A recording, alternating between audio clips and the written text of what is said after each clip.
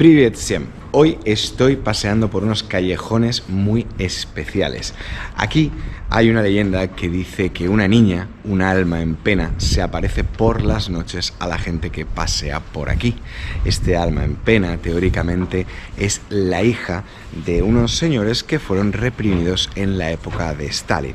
Se cuenta que en uno de estos pisos vinieron a buscarlos por la noche y se llevaron primero a sus padres. Después, la hija, que había vuelto de un campamento, también fue requerida por el servicio secreto y ella no quiso abrirles la puerta. Entonces ordenaron simplemente cortar la luz y el gas de esa casa y a los 10 días pues esa chica murió. Esta es una de las muchas leyendas que hay aquí, una de las casas o complejos residenciales más misteriosos de Moscú. Se trata de la famosa Casa del Malecón o Casa del Paseo, ese que tenéis ahí. Eso, por cierto, es la impresionante catedral de Moscú. Esta especie de malecón pues separa lo que es la parte histórica, el Kremlin, con una zona que es Yakimanka, y en el medio, tirando hacia el sur, hay una isla donde está este complejo. Es la isla del pantano o la isla pantanosa, que ya tiene una historia bastante complicada y bastante sangrienta, porque aquí Skuratov, una especie de cardenal gris de Iván el Terrible, llevó a cabo muchos asesinatos, muchos ahorcamientos, ajusticiamientos, y se han encontrado además por toda la zona lugares especiales para las torturas. En 1775 se llevó a cabo una de las ejecuciones más famosas de Rusia. Aquí fue colgado junto al río Emilian Pugachov, un cosaco que se levantó contra el gobierno de Caterina la Grande. Hacía unos años que toda esta zona se había reforzado con pilotes y se había convertido en un camino de entrada al centro. Un poco más tarde, en 1812, el gran incendio de Moscú destruyó todos los edificios de madera, y ya sería a finales del siglo XIX cuando se comenzó a restaurar la zona, se abrieron aquí fábricas y algunas viviendas. Tras la Revolución Rusa, la capital se mueve a Moscú, donde ya había estado antes de Pedro I, y muchos bolcheviques y hombres de Estado pues empiezan a venir aquí. Algunos de ellos empiezan a vivir en los mejores hoteles de la ciudad y empiezan a ubicarse en sitios específicos. Para 1931, Stalin ordena construir este complejo, un modelo para el resto de viviendas soviéticas, ¿no? Una especie de grupo de edificios, una zona residencial ciudad, donde había cine, donde había teatro, gimnasios, pistas de tenis, tiendas. Por supuesto, aquí empezaron a llegar en un principio los miembros más destacados del SNK, pues el brazo ejecutivo del gobierno soviético, y realmente el lujo con el que vivía pues no sirvió mucho de modelo para otros proyectos similares para otro tipo de trabajador. En el número 2 de la calle Serafimovich, el arquitecto Boris Yofan construyó este edificio enorme que tenía bloques de 12 pisos, 24 entradas y hasta 505 apartamentos. Los apartamentos eran muy buenos para la época, algunos tenían hasta 7 habitaciones. Tenían además estufas de gas, teléfonos, radios y suministro de agua caliente, que en los años 30 no era nada común en Moscú. Muchos apartamentos tenían incluso habitaciones para sirvientes. Aquí vivieron muchas figuras históricas: Alexei Stakhanov, Nikita Khrushchev, Beria, los hijos de Stalin, incluso varios participantes de la Guerra Civil Española. La fachada exterior del complejo está toda llena de placas conmemorativas de toda la gente importante que vivió aquí.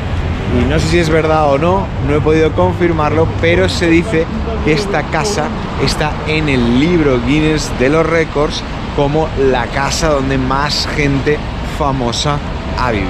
Pocos años después de su construcción, la casa comenzó a ser conocida como la sonrisa de Stalin, la trampa de los bolcheviques o incluso el crematorio del Kremlin. Y es que la casa estaba llena de agentes de la NKVD, el servicio secreto de la época, y no solo protegían la casa, sino que vigilaban todo lo que pasaba dentro.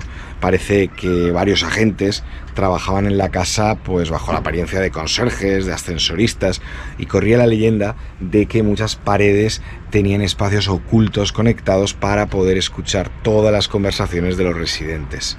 Es a partir de 1933 cuando empieza el periodo del Gran Terror, que comienzan muchas detecciones selectivas en aquella casa, y de todos los residentes más de 700 personas fueron represaliadas, entre ellos muchos políticos importantes. Las familias eran arrestadas por la noche y los vecinos encontraban el día siguiente la puerta sellada, y bueno, no es raro que les entrara el pánico en aquella época a cualquiera que le asignaban vivir allí. La casa se llenó luego de leyendas, fantasmas que deambulan en busca de su propio apartamento, voces saliendo de ninguna parte, y esas historias perduran hasta hoy. En el patio número 1 hay un lugar justo al lado que nos puede ayudar a conocer un poco mejor la historia de este lugar. En uno de los apartamentos de esta casa hay un museo dedicado a los ilustres habitantes del complejo y está muy centrado en lo que fue la represión de aquellos años. De hecho, esto es una lista enorme de aquellos inquilinos que tuvieron que vérselas con la brutalidad del régimen. Como vemos, hay un montón de objetos y cosas que pertenecieron a los habitantes. El museo fue inaugurado en noviembre de 1989 por iniciativa de uno de los residentes más antiguos de la casa, Tamara Andreevna Ter-Yegiasaryan. El personal del museo recopiló una gran cantidad de materiales sobre la historia de la casa y sus habitantes. Fotografías, artículos para el hogar, libros y muchos detalles. El museo está dirigido por Olga Romanovna Trifonova, viuda del escritor Yuri Trifonov, que vive aquí. Y hay una empleada en este museo que se llama Tatiana Ivanovna Schmidt y que es hija de Iván Pavlovich Tovstuha, un asistente personal de Stalin. Aquí tenemos algunas fotos y recuerdos de Yuri Trifonov, que fue un escritor que vivió en esta casa y que escribió un relato, La casa en el malecón, y así pues nació el apodo de esta casa, ¿no? Él estudió junto a una persona muy particular que fue Lev Fedotov.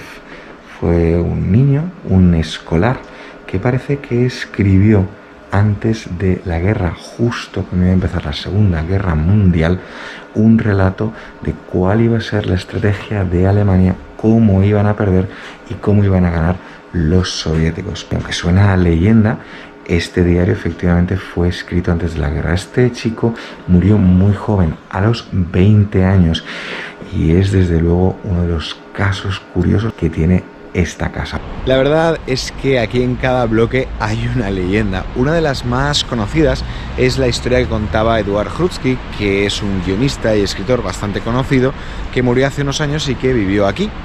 Contaba como una noche, después de que se hubieran ido sus vecinos, se habían mudado a Israel, y entonces él, en la casa de sus ex vecinos, pues empezó a escuchar un tango muy famoso en la época que se llamaba En el Parque Chair. Entonces se sorprendió un poco de que hubieran llegado vecinos nuevos tan rápido, y al día siguiente, como era una comunidad cerrada, pues se fue a verlos y a darles la bienvenida. Pero la casa estaba vacía, la puerta estaba abierta y allí no había nadie. Así que empezó a preguntar por el patio si alguien había oído algo, que no era posible. Y entonces preguntando, pues una señora les dijo que recordaba mucho ese tango porque unas personas que se las habían llevado al Gulag pues solían escuchar esa canción casi todos los días por las noches. Estoy intentando encontrar la entrada número 11, pero no está en orden, no está por ningún lado de este recinto, y es que hay una leyenda sobre esa entrada que parece que no existe, pero que en la época pues era una puerta, pero que no tenía acceso a ningún tipo de apartamentos. Entonces se rumoreaba que era una especie de entrada por donde había acceso a galerías, desde donde se podía escuchar los otros pisos, desde donde los servicios secretos incluso por las noches se llevaban a la gente, porque esa galería estaba conectada con toda la estructura. Y también existe la leyenda de que tenía un acceso a una especie de sótano que estaba conectado por vías, como por un tranvía secreto que llevaba a la Lubyanka y al Kremlin. Este tipo de leyendas durante la época soviética, de los túneles que llevan a la otra parte del río, que llevan al Kremlin, que llevan al metro, están súper extendidos por Rusia. Muchas de las historias que cuentan los vecinos aquí no tienen relación únicamente con los represaliados, sino con esa gente que ya había sido informada, que les habían denunciado y que estaban esperando a que viniera por ellos la policía política. Muchos de ellos preferían suicidarse antes que ser detenidos y torturados. Y algunos vecinos de esta zona dicen que muchas veces se ven figuras extrañas saltando por las ventanas como unas sombras de suicidas que en realidad pues no son nada. Y hasta aquí el vídeo de hoy. Ya sabéis, si venís a ver la Catedral de Moscú, os recomiendo pues cruzar el puente que tenéis enfrente. Podéis desde aquí ir, por ejemplo, a la fábrica del Octubre Rojo, que es un sitio increíble, la gran estatua de Pedro I o el Museo y la Galería Tredakov moderna. Y justo a la otra parte, aquí tenéis en esta islita ese bloque. Así que si queréis conocer más sobre las leyendas de Moscú, pues ahí podéis conocer unas cuantas. Y si lo que queréis hacer es conocer más sobre esas leyendas en alguno de estos vídeos, pues decídmelo y seguiré hablando del tema. Por lo demás, me voy a resguardar un poquito del frío. Pasadlo muy bien y gracias por llegar hasta aquí. Пока всем.